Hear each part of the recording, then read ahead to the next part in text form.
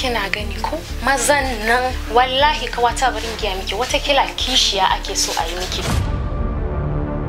Kin ga dakata dan Allah. Da dakata daina mun wannan bakar fata ke ni fa bara ki ji in gaya miki wallahi da a ce yau Alhaji ga wata ta zo a matsayin matarsa ko wallahi gwara ki ce gaga wadana na farko. Silence.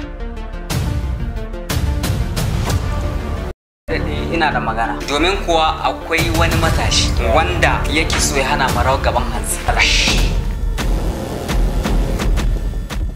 Waye shi wani fati yake idan Allah ya baka nasara ka sani cewa akwai mutane sun hidubu. Ni ma haka kullun soyayyar ki take ƙara share fage a cikin farfajin zuciya dan kuwa har ta kai ga duk sokan duk minti duk awa da dare. Soyayya ruwan zuma wasu kuma sun ce ruwan madaci. Love is love but sometimes dangerous. Maintain your life free out from your computers. Respect yourself because of the always Malam Bahaushe said what goes around comes around.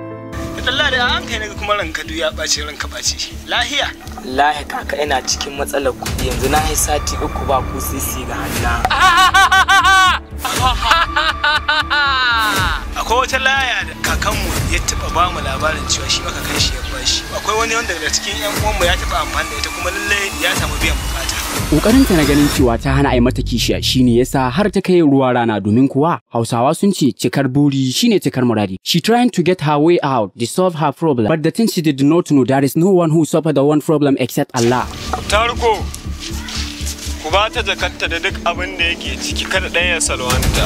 A bi min wannan sayawar ka gano ina ne location dinta. Ta shiga soyar wani kuma ya shiga soyarta ko ya za ta kaya. Za ku bi mu a cikin wannan fim domin ganin yadda za ta kaya a cikin Boka da Magani.